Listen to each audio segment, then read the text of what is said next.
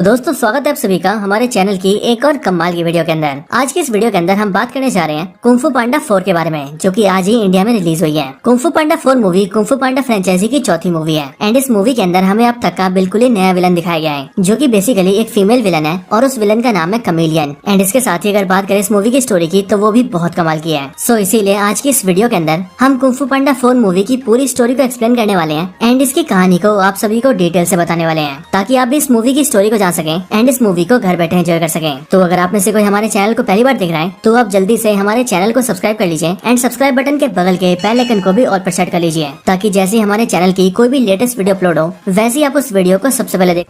तो मूवी के स्टार्ट होते ही हम एक लोहे की खदान को देखते हैं, जिस लोहे की खदान के अंदर कई सारे भेड़ काम कर रहे होते हैं एंड वो इसके अंदर से लोहा निकाल रहे होते हैं। बट जब ये सभी यहाँ पर काम कर रहे होते हैं तभी अचानक से उनके पास टाइलंग आ जाता है, यानी कि वही टाइलंग जो कि कुंग फू पांडा 1 मूवी का मेन विलन था। टाइलंग को अपने सामने देखकर ये सारे भेड़ डर जाते हैं, बट टाइलंग उन सबसे कहता है कि वो लौट आया है एंड वो और भी ज्यादा पावरफुल बन चुका है और इसीलिए इस बार उसे ड्रैगन वॉरियर भी नहीं रोक पाएगा। एंड वो ये चाहता है कि वो सारे लोग इस बात को हर जगह फैला दें और ये बात शांति घाटी में भी बता दें कि टाइलंग वापस लौट आया है। इसके बाद सीन शिफ्ट होता है और हमें अगला सीन दिखाया जाता है शांति घाटी का। शांति घाटी के अंदर हम पोदा पांडा को देखते हैं, जो कि शांति घाटी का ड्रैगन वॉरियर है। यहाँ पर हम ये देखते हैं कि पोदा पांडा की वजह से पूरी शांति घाटी बहुत शांत है और सभी लोग बहुत खुश हैं और इस घाटी के सारे लोग पो से बहुत प्यार करते हैं। एंड इस टाइम पर घाटी के अंदर ड्रैगन वॉरियर यानी कि पोदा पांडा सभी का स्वागत कर रहा होता है और सभी को अपने ढाबे में बुला रहा होता है। एंड यहीं पर ही हम ये भी जानते हैं कि इस टाइम पर पो के दोनों डैड एक साथ रह रहे हैं। बट इसके बाद ही पो से मिलने के लिए मास्टर शिफू आते हैं और वो पो से कहते हैं कि उन्हें उससे बात करनी है। पो से बात करने के लिए मास्टर शिफू उसे जेड महल ले जाते हैं और जेड महल लाने के बाद मास्टर शिफू पो से कहते हैं कि वो जानते हैं कि पो शांति घाटी का ड्रैगन वॉरियर है, लेकिन अब उसके ड्रैगन वॉरियर बनने का समय खत्म हो चुका है और इसीलिए अब पो को किसी और को ड्रैगन वॉरियर चुनना होगा, जिसके बाद वो नया वॉरियर पो की जगह ड्रैगन वॉरियर बनेगा। और रही बात पो की, तो अब पो को ड्रैगन वॉरियर से भी ऊपर उठना होगा और उसे मेडिटेशन करके स्पिरिचुअलिटी में ध्यान लगाना होगा, यानी कि अब पो को वैसे ही बनना होगा जैसा कि मास्टर उगवे हुआ करते थे। लेकिन ये बात सुनकर पो घबरा जाता है और वो मास्टर शिफू से कहता है कि वो अभी भी ड्रैगन वॉरियर बने रहना चाहता है। लेकिन मास्टर शिफू पो को समझा देते हैं कि अब उसे इससे आगे बढ़ना ही होगा, क्योंकि मास्टर उगवे भी ऐसे ही चाहते थे एंड इसके लिए उन्होंने अपनी छड़ी को पो को दिया था, यानी कि ये हरे रंग की छड़ी जो कि पो को मिली थी कुंग फू पांडा 3 के अंदर। मास्टर शिफू की बात सुनकर पो मान जाता है एंड फिर इसीलिए मास्टर शिफू एक नए ड्रैगन वॉरियर को चुनने के लिए एक इवेंट रखते हैं और ये बिल्कुल वैसे इवेंट होता है जैसा इवेंट हम सभी ने कुंग फू पांडा 1 के अंदर देखा था। इस इवेंट के अंदर बहुत सारे वॉरियर शामिल होते हैं और वो सारे के सारे अपनी काबिलियत दिखाते हैं। यहीं पर ही हम ये भी जानते हैं कि इस टाइम पर फ्यूरियस 5 शांति घाटी के बाहर होते हैं और वो सभी अपने अपने मिशंस को पूरा करने के लिए गए होते हैं, जिस वजह से वो सब इस इवेंट का हिस्सा नहीं बन पाते। इस पूरे इवेंट के अंदर 5 सबसे काबिल वॉरियर्स होते हैं और मास्टर शिफू पो से कहते हैं कि अब उसे उन 5 में से किसी एक को ड्रैगन वॉरियर चुनना होगा, जिसके बाद वो उसकी लेगेसी को आगे बढ़ाएगा। बट यहाँ पर पो उनमें से किसी को नहीं चुनता और वो खुद को ही चुन लेता है और वो सभी से कहता है कि मैं ही ड्रैगन वॉरियर हूँ और मैं आगे भी ड्रैगन वॉरियर बने रहना चाहूंगा। बट इसके आगे मास्टर शिफू पो को फिर से समझाता है एंड फिर इसीलिए इस बार पो मान जाता है और वो मास्टर शिफू के कहने पर मेडिटेशन करने लगता है। लेकिन जिस टाइम पर वो मेडिटेशन कर रहा होता है तभी वो ये देखता है कि कोई चुपके से उनके महल के अंदर घुस रहा है एंड फिर इसीलिए पो उसके पीछे अंदर जाता है और अंदर पहुंच के वो ये देखता है कि वो एक फॉक्स है जो कि वहाँ पर कुछ चोरी करने आई है और इसके लिए पो उसे रोकता है और उसे पकड़ लेता है। और क्योंकि वहाँ पर वो चोरी करने के लिए आई थी इसके लिए पो उसे कैद करवा देता है। लेकिन जब उस फॉक्स को कैद करके वहाँ से ले जाया जा रहा होता है उसी टाइम पर पो के पास एक भेड़ आता है और ये वही भेड़ होता है जिसने टाइलंग को देखा होता है। वो भेड़ पो को बताता है कि टाइलंग वापस आ चुका है और उसने बोला है कि इस बार उसे कोई नहीं रोक पाएगा और वो सब कुछ बर्बाद कर देगा। ये सुनकर पो भी घबरा जाता है और वो ये सोचने लगता है कि आखिरकार टाइलंग वापस कैसे आ सकता है। बट यहीं पर ही हम ये देखते हैं कि ये बात फॉक्स भी सुनती है एंड इसलिए वो पो से कहती है कि तुम्हें पैरों के निशान का पीछा करना चाहिए, शायद तुम्हें उससे कुछ पता लग सकता है। इसके बाद फॉक्स को तो ले जाकर सीधा जेल में डाल दिया जाता है, लेकिन पो के मन में उसकी बात चल रही होती है, वही पैरों वाली बात। एंड इसीलिए पो सीधा उसी लोहे की खदान के पास जाता है जहाँ पर टाइलंग को देखा गया था और वहाँ पर जाते ही पो को टाइलंग के पैरों के निशान दिखते हैं। और जब वहाँ पर पो टाइलंग के पैरों के निशानों का पीछा करता है तब वो ये देखता है कि उसके पैरों के निशान आगे चलकर बदल चुके हैं और वो निशान काफी ज्यादा छोटे हो चुके हैं। ये देखकर पो को कुछ भी समझ नहीं आता, लेकिन वो ये समझ जाता है कि हो ना हो वो फॉक्स टाइलंग के बारे में कुछ न कुछ जानती है। इसके लिए पो सीधा शांति घाटी की जेल में आता है और सीधा उस फॉक्स से मिलता है। यहाँ पर आकर हम ये जानते हैं कि उस फॉक्स का नाम जैन है और वो बेसिकली एक चोर है। यहाँ पर पो जैन से पूछता है कि आखिर वो क्या जानती है, जिस पर वो फॉक्स यानी कि जैन पो को बताती है कि असल में जो टाइलंग जैसा दिख रहा है वो टाइलंग नहीं बल्कि कमेलियन है, लेकिन वो कमेलियन बहुत ही ज्यादा पावरफुल है और वो किसी का भी रूप ले सकती है और उसके जितनी पावरफुल बन सकती है। एंड इसीलिए अब उसका ये प्लान है कि वो सब कुछ बर्बाद कर देगी और फिर वो सब जगह के ऊपर रूल करेगी, यहाँ तक कि शांति घाटी के ऊपर भी। और वो कमेलियन बहुत ही ज्यादा ब्रूटल है। इसके साथ ही फॉक्स पो को ये भी बताती है कि वो ये जानती है कि वो कमेलियन कहाँ रहती है और उस तक कैसे पहुँचा जा सकता है। पो कमीलियन के बारे में जानकर ये समझ जाता है कि उसे कुछ न कुछ करके उस कमीलियन को रोकना ही होगा। एंड इसके लिए वो फॉक्स से कहता है कि वो उसे कमीलियन के पास ले चले। बट फॉक्स उससे कहती है कि ऐसा करने में उसका क्या फायदा होगा, वो तो अभी जेल के अंदर बंद है और इसीलिए अगर वो पो की हेल्प करती है तो भी वो जेल के अंदर ही रहेगी। ये सुनकर पो उससे डील करता है और पो उससे कहता है कि अगर वो कमीलियन तक जाने में उसकी मदद करेगी तो कमीलियन को हराने के बाद वो उसकी सजा को बहुत कम करवा देगा। इसके बाद ही फॉक्स भी इस डील के लिए मान जाती है। बट इतने में ही वहाँ पर मास्टर शिफू आ जाते हैं। मास्टर शिफू ने सारी बातें सुन ली होती है एंड इसीलिए वो पो को मना करता है और वो पो से कहते हैं कि उसे कहीं जाने की जरूरत नहीं है। लेकिन पो मास्टर शिफू की बात नहीं सुनता और वो जैन को जेल से निकालकर अपने साथ ले जाता है। यहाँ पर हम ये देखते हैं कि पो अपने साथ अपने हरे रंग की छड़ी को भी लेकर आया होता है, यानी कि वही छड़ी जो उसे मास्टर उगवे ने दी होती है। रास्ते में एक साथ होने की वजह से पो और जैन दोनों एक दूसरे से बहुत बातें करते हैं और वो एक दूसरे से हंसी मजाक भी करते हैं। एंड इसीलिए हम ये देखते हैं कि वो दोनों एक दूसरे के बहुत अच्छे दोस्त बन जाते हैं और पो को भी जैन के ऊपर पूरी तरह से भरोसा हो जाता है। इसके बाद ही वो फॉक्स यानी कि जैन पो को अपनी स्टोरी बताती है और वो पो से कहती है कि जब वो छोटी थी तब वो अकेली थी एंड इसीलिए ना तो उसका कोई साथी था और ना ही उसका कोई सहारा था। बट उस टाइम पर जिस टाइम पर उसका साथ किसी ने नहीं दिया था तब उसे कुछ चोरों ने पाला था और उन्हीं चोरों ने उसे पाल पोस कर बड़ा किया और उसे सारी चोरियां सिखाई एंड इसीलिए उनसे सीख कर ही आज वो एक एक्सपर्ट चोर बन चुकी है। इसके साथ ही फॉक्स उसे ये भी बताती है कि उसके वो सारे चोर साथी या फिर यूं कहे उसके सारे चोर फैमिली बिल्कुल उसी सिटी में रहते हैं जिस सिटी में कमीलियन रहती है, लेकिन वो सभी उस शहर के अंडरग्राउंड में रहते हैं। इसके बाद ही वो फॉक्स यानी कि जैन पो को लेकर कमीलियन के शहर पहुंच जाती है, लेकिन वहाँ पर ही वो पहले उसे अंडरग्राउंड ले जाती है एंड उसे अपनी फैमिली और दोस्तों से मिलवाती है, यानी कि वही सब जो कि चोर उचक्के थे। यहाँ पर हम ये देखते हैं कि ये सभी देखने में बहुत ही नॉर्मल होते हैं, लेकिन असलियत में ये काफी ज्यादा खतरनाक होते हैं और सब के सब जैन की तरह चोर उचक्के होते हैं। यहाँ पर पो को सभी से मिलवाने के बाद वो पो को लेकर सीधा कमीलियन के महल तक पहुँच जाती है और क्योंकि वो महल में सामने से नहीं जा सकते थे इसीलिए वो महल में चुपके से पीछे से घुसते हैं। वो लोग किसी तरह से महल के अंदर एंटर कर जाते हैं, लेकिन जैसे वो लोग एंटर करते हैं वैसे हम ये देखते हैं कि वहाँ पर उनके सामने बहुत सारे क्रोकोडाइल सोल्जर्स होते हैं जो कि बेसिकली कमीलियन के सोल्जर्स होते हैं। बट इस टाइम पर वो सारे के सारे सो रहे होते हैं एंड इसीलिए जैन और पो चुपके से वहाँ से आराम से जाने लगते हैं। लेकिन तभी यहाँ पर ही पो की एक हरकत की वजह से वो सारे के सारे जाग जाते हैं और पो और जैन का पीछा करने लगते हैं, लेकिन वो दोनों उनसे बचते बचाते आगे निकल जाते हैं और महल के अंदर वाले हिस्से में घुस जाते हैं। बट यहाँ पर भी उनके सामने कई सारे ट्रैप्स आते हैं, बट वो दोनों मिलकर उन सारे ट्रैप्स को पार कर लेते हैं और फिर वो दोनों महल के मेन एरिया में पहुंच जाते हैं। बट यहाँ पर आते हम ये देखते हैं कि जैन पीछे रुक जाती है और पांडा आगे आगे चलने लगता है, लेकिन जैसे ही पो द पांडा थोड़ा आगे चलता है वैसे ही उसके ऊपर एक बड़ा सा लोहे का पिंजरा गिरता है और पो उसके अंदर कैद हो जाता है। ये देखकर जैन पो की मदद करती है और उसके पिंजरे को उठाने की कोशिश करती है ताकि पो बाहर निकल सके। बट हम ये देखते हैं कि वो पिंजरा काफी भारी होता है, इस वजह से वो जैन से नहीं उठता। ये देखकर पो उसे अपनी छड़ी दे देता है और वो उसे कहता है कि वो इससे कोशिश करे, लेकिन जैसी जैन के हाथों में छड़ी आती है वैसे हम ये देखते हैं कि उसके बाद वो पो को वहाँ से निकालने की बजाय पीछे मुड़ जाती है और पीछे की तरफ पो से दूर जाने लगती है। और जब वो थोड़ा पीछे पहुँच जाती है तभी यहाँ पर एंट्री होती है कमीलियन की और कमीलियन के वहाँ पर आते ही वो पो की छड़ी को उसके हाथों में रख देती है। ये देखकर पो सबको समझ जाता है और उसे समझ लग जाता है कि असल में वो जैन कमीलियन की आदमी थी, यानी कि उसने अब तक पो को धोखा दिया है। इसके बाद ही कमीलियन पो के सामने आती है और वो पो के ऊपर हंसते हुए उसे कहती है कि तुमने यकीन भी कैसे कर लिया कि ये फॉक्स तुम्हारी दोस्त बन जाएगी। ये असल में मेरी है, मैं इसकी मास्टर हूँ और मैंने इसे बचपन से पाल पोस कर बड़ा किया है और इसीलिए ये सिर्फ मेरे ऑर्डर्स मानती है। वो पो को बताती है कि जब ये फॉक्स बहुत छोटी थी तब ये बिल्कुल अकेली थी,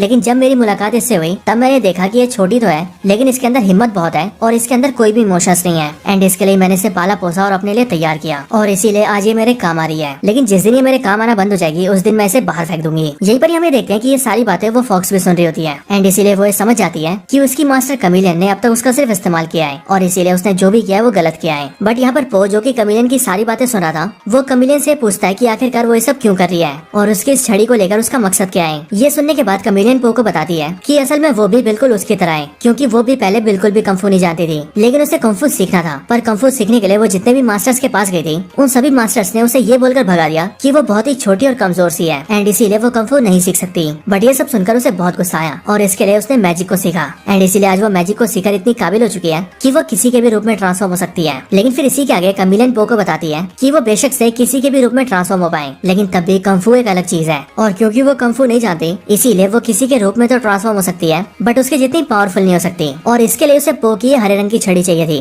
क्योंकि ये हरे रंग की छड़ी जो कि उसे मास्टर उगवे ने दी है वो कोई आम छड़ी नहीं है, बल्कि वो एक ऐसी पावरफुल छड़ी है जिसे अगर पो अपनी शक्तियों के साथ कंबाइन कर ले तो उसके बाद पो आत्माओं की दुनिया का रास्ता खोल सकता है। एंड कमीलियन का भी यही प्लान है कि वो आत्माओं की दुनिया का रास्ता खोलकर वहाँ के सारे मास्टर्स को बाहर बुलाए और उन सभी की पावर्स को गेन कर ले, जिसके बाद वो सबसे पावरफुल बन जाएगी। कमीलियन की इन सारी बातों को सुनकर पो को बहुत गुस्सा आता है एंड इसीलिए वो अपने पिंजरे को तोड़ने की कोशिश करता है, लेकिन पो के किसी भी अटैक से उसका पिंजरा नहीं टूटता। ये देखकर कमीलियन उसे बताती है कि इस पिंजरे को उसने अपने मैजिक से बनाया है जिस वजह से वो उसके अटैक से नहीं टूटेगा। बट ये सुनने के बाद ही पो ये डिसाइड करता है कि वो पिंजरे को नहीं बल्कि अपने नीचे की दीवार को तोड़ देगा एंड फिर इसके लिए पो अपने नीचे की दीवार को तोड़ देता है और फिर पो सीधा नीचे गिर जाता है। बट जैसे ही पो और अंदर गिरता है वैसे वो देखता है कि वहाँ पर कमीलियन के बहुत सारे सोल्जर्स होते हैं जो कि उस पर एक ही बार में अटैक कर देते हैं और फिर इसीलिए पो को उन सबसे लड़ना पड़ता है। लेकिन पो किसी तरह से उन सबसे लड़कर वहाँ से निकल जाता है और उन सभी को वहाँ पर कैद कर देता है। पो जैसे ही महल के बाहरी हिस्से में आता है वैसे हमें देखते हैं कि पो के पास फॉक्स आती है और उसके हाथों में पो की छड़ी भी होती है। वो फॉक्स पो से कहती है कि उससे गलती हो गई है और उसे उसकी छड़ी को कमिलियन को नहीं देना चाहिए था। ये सुनकर पो फॉक्स के हाथों से अपनी छड़ी लेने लगता है, लेकिन इतने में हम ये देखते हैं कि उसके पीछे से असली फॉक्स आती है और वो पो से कहती है कि वो दूसरी वाली फॉक्स नहीं बल्कि कमिलियन है और पो को जल्दी से उससे दूर हो जाना चाहिए। लेकिन पो कुछ कर पाता कि उससे पहले हम ये देखते हैं कि वो कमिलियन जो कि फॉक्स बन चुकी थी वो जल्दी से अपने रूप में वापस आती है और वो पो को टच कर लेती है और जैसी वो पो को टच करती है वैसे उसके हाथ में लाइट चमकती है और उसकी आंखें भी ग्लो करने लगती है। एंड इस तरह से वो पो की ड्रैगन वॉरियर की पावर्स को हासिल कर लेती है, क्योंकि इन्हीं पावर्स को छड़ी में मिलाने के बाद वो आत्माओं की दुनिया का दरवाजा खोल सकती थी। पो की इस पावर को हासिल करने के बाद ही वो कमिलियन पो को सीधा उठाती है और उसे नीचे फेंक देती है और क्योंकि उसका महल काफी ऊंचाई पर होता है इसीलिए पो वहाँ से सीधा नीचे गिरने लगता है और फिर इसके बाद ही कमिलियन अपने महल के अंदर वापस आ जाती है। इधर पो जैसे नीचे गिर रहा होता है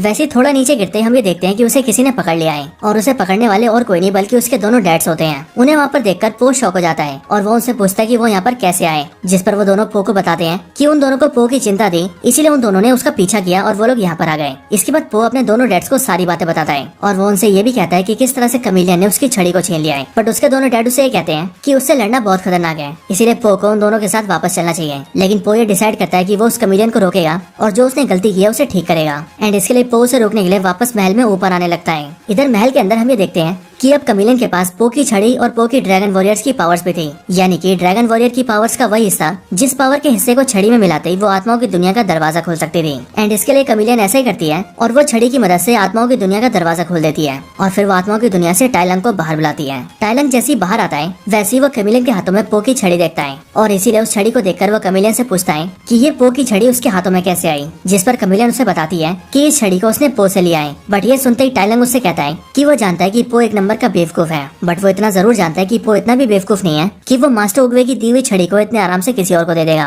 बट ये सुनकर कमिलियन उसे जवाब देती है कि पो ने उसे दिया नहीं बल्कि उसने पो से छीन लिया है और इसीलिए वो यहाँ पर टाइलंग के साथ साथ सारे मास्टर्स की पावर्स को छीन लेगी। ये सुनकर टाइलंग उसके आदमी पर अटैक कर देता है और वो एक ही झटके में सभी को लटाने लगता है। पर इतने में हम ये देखते हैं कि कमिलियन छड़ी का इस्तेमाल टाइलंग के ऊपर कर लेती है और उसकी सारी पावर्स को खींचकर अपने अंदर संभाल लेती है, जिसके बाद ही टाइलंग बहुत ही कमजोर पड़ जाता है, जिसके लिए कमिलियन टाइलंग को एक पिंजरे में कैद करके उसे कोने में पटक देती है और अब वो खुद टाइलंग जितनी पावरफुल बन चुकी थी। बट कमिलियन यहाँ पर रुकती नहीं है और वो आत्माओं की दुनिया से एक एक करके बाकी के सारे मास्टर्स को भी बाहर निकालने लगती है, जैसे कि master crocodile, master ox, master elephant, master rhino और इसी तरह से दूसरे मास्टर्स। एंड इन्हीं के साथ साथ वो लॉर्ड शेन और जनरल काई को भी बाहर निकालती है और उन दोनों की पावर्स को भी छीनकर वो उन दोनों को भी पिंजरे में कैद कर देती है और फिर इस तरह से कमिलियन आत्माओं की दुनिया में रहने वाले सारे मास्टर्स की पावर्स को हासिल कर लेती है और उन सभी को कमजोर करके अपने पास पिंजरे में कैद कर देती है। इधर दूसरी तरफ हम ये देखते हैं कि पो अब बिल्कुल कमिलियन के पास आ चुका था, लेकिन उसके अंदर आने से पहले वहाँ पर फॉक्स आ जाती है और वो पो से मिलकर उससे माफी मांगती है। पर पो उस पर भरोसा नहीं करता और वो वहाँ से जाने लगता है। लेकिन फॉक्स पो को भरोसा दिलाती है कि अब वो पूरी तरह से सुधर चुकी है और इसीलिए वो कमिलियन को हराने में पो का साथ देना चाहती है। इसके लिए पो मान जाता है और वो फॉक्स के साथ टीम अप कर लेता है। इसके बाद पो कमिलियन से मिलने के लिए अंदर जाता है और वो उसे बातों में उलझा कर रखता है और असल में ये पो का प्लान होता है, क्योंकि इतने में ही फॉक्स एक बड़े से लोहे से कमिलियन पर अटैक करती है, जिस वजह से कमिलियन उसके नीचे दब जाती है। बट ये देखकर कमिलियन को बहुत गुस्सा आता है और वो अपनी बॉडी को ट्रांसफॉर्म कर लेती है और इस बार हम ये देखते हैं कि उसने जिस जिसकी पावर्स को हासिल किया था वो उन सबकी पावर्स को कंबाइन करके ट्रांसफॉर्म होती है, जिस वजह से उसकी बॉडी बहुत ही ज्यादा बड़ी हो जाती है और वो देखने में बहुत ही ज्यादा खतरनाक भी होती है। लेकिन पो और फॉक्स तब भी डरते नहीं है और वो उसका सामना करते हैं। लेकिन फिर इसके बाद ही कमिलियन बिल्कुल पो का रूप ले लेती है और वो एकदम पो द पांडा जैसी हो जाती है। लेकिन इसके बाद भी पो उसका सामना करता है, बट इसी फाइट के दौरान कमिलियन पो को एक पिंजरे में कैद कर देती है। लेकिन फॉक्स अभी भी बाहर होती है और इसीलिए वो पो को निकालने की कोशिश करती है। लेकिन पो से कहता है कि वो अकेले भी कमिलियन से लड़ सकती है एंड इसके लिए पो उसे अपनी छड़ी देता है। इसके बाद पो की छड़ी को लेकर फॉक्स सीधा कमिलियन पर अटैक करती है और वो एक ही अटैक में कमिलियन को नीचे ढेर कर देती है। इधर पो भी अपने आप को पिंजरे से निकाल लेता है, बट ये देखकर फॉक्स उससे कहती है कि जब वो खुद को पिंजरे से निकाल सकता था तो उसने अपनी छड़ी मुझे क्यों दी और मुझे लड़ने की भेजा। जिस पर पो फॉक्स से कहता है कि वो जानता है कि फॉक्स काफी पावरफुल है और इसीलिए वो चाहता था कि वो खुद पर भरोसा करे और अपनी ताकत को पहचाने, और अब फॉक्स ने अपने आप पर भरोसा करना सीख लिया है। इधर इतने में हम ये देखते हैं कि कमिलियन चुपके से उन पर अटैक करने आती है, लेकिन असल में पो पहले से तैयार होता है, इसीलिए वो अपनी छड़ी को घुमाता है और पूरी ताकत से कमिलियन पर अटैक करता है। इसके बाद कमिलियन नीचे ढेर हो जाती है और वो उसके अंदर से सारी पावर्स को छड़ी में डाल देता है एंड फिर इसके बाद ही वो अपनी छड़ी को पटकता है, जिसके बाद ही उसकी छड़ी से सभी की पावर्स बाहर निकलती है और सभी मास्टर्स को अपनी पावर्स वापस मिल जाती है। जिसके बाद सारे मास्टर्स के साथ साथ टाइलंग, लॉर्ड शेन और जनरल काई भी पहले जैसे हो जाते हैं और इधर कमिलियन बिल्कुल पहले जैसी कमजोर हो जाती है। इसके बाद ही वो सभी लोग पो के सामने आते हैं और फिर उनमें से टाइलैंग पो से कहता है कि उसे लगता था कि पो ड्रैगन वॉरियर बनने के लायक नहीं है, लेकिन आज वो ये जान चुका है कि मास्टर ओगवे का फैसला बिल्कुल सही था और उन्होंने पो को ड्रैगन वॉरियर चुनकर बिल्कुल सही किया था। एंड फिर ये बोलने के बाद वो सारे के सारे मास्टर्स भी ड्रैगन वॉरियर पो के सामने सर झुकाते हैं। इसके बाद ही वो सभी कहते हैं कि उन्हें अपनी आत्माओं की दुनिया में वापस जाना होगा। एंड फिर उनके लिए पो अपनी छड़ी से उनके लिए दरवाजा खोल देता है, जिसके बाद ही वो सभी अंदर चले जाते हैं। आखिर में हमें देखते हैं कि टाइलैंग कमीलियन को पकड़ लेता है और वो उसकी गर्दन को अपने हाथों से दबाकर उसे भी अपने साथ अंदर ले जाता है। एंड जाते जाते पो से कहता है कि ये भी हमारे साथ जाएगी। इसके बाद सब कुछ ठीक हो जाता है और पो भी अपने दोनों डैड्स और फॉक्स के साथ मिलकर अपनी घाटी में वापस आ जाता है। यहाँ पर आने के बाद पो मास्टर शिफू से कहता है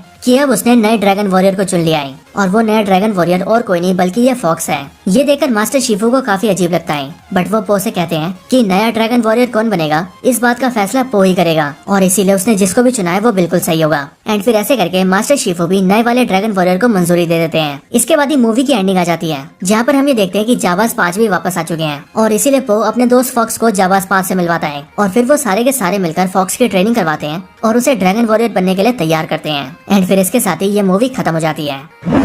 तो दोस्तों यही थी वीडियो कुंग फू पांडा 4 मूवी की कंप्लीट स्टोरी के ऊपर। आप सभी को ये वीडियो कैसी लगी मुझे कमेंट्स के अंदर जरूर बताना, और अगर आपको हमारी वीडियो अच्छी लगी हो या फिर इस मूवी की स्टोरी अच्छी लगी हो तो आप कमेंट्स के अंदर कुंग फू पांडा या फिर कुंग फू पांडा 4 जरूर लिखना। और हाँ, इस वीडियो को भी जरूर से जरूर लाइक करना, क्योंकि एज आई ऑलवेज से आप सभी के लाइक्स और कमेंट से ही हमें मोटिवेशन मिलता है। तो दोस्तों आज की इस वीडियो में इतना ही। मैं आप सभी से मिलता हूँ ऐसी किसी और बेहतरीन वीडियो में। बाकी तब तक के लिए आप सभी को गुड बाय।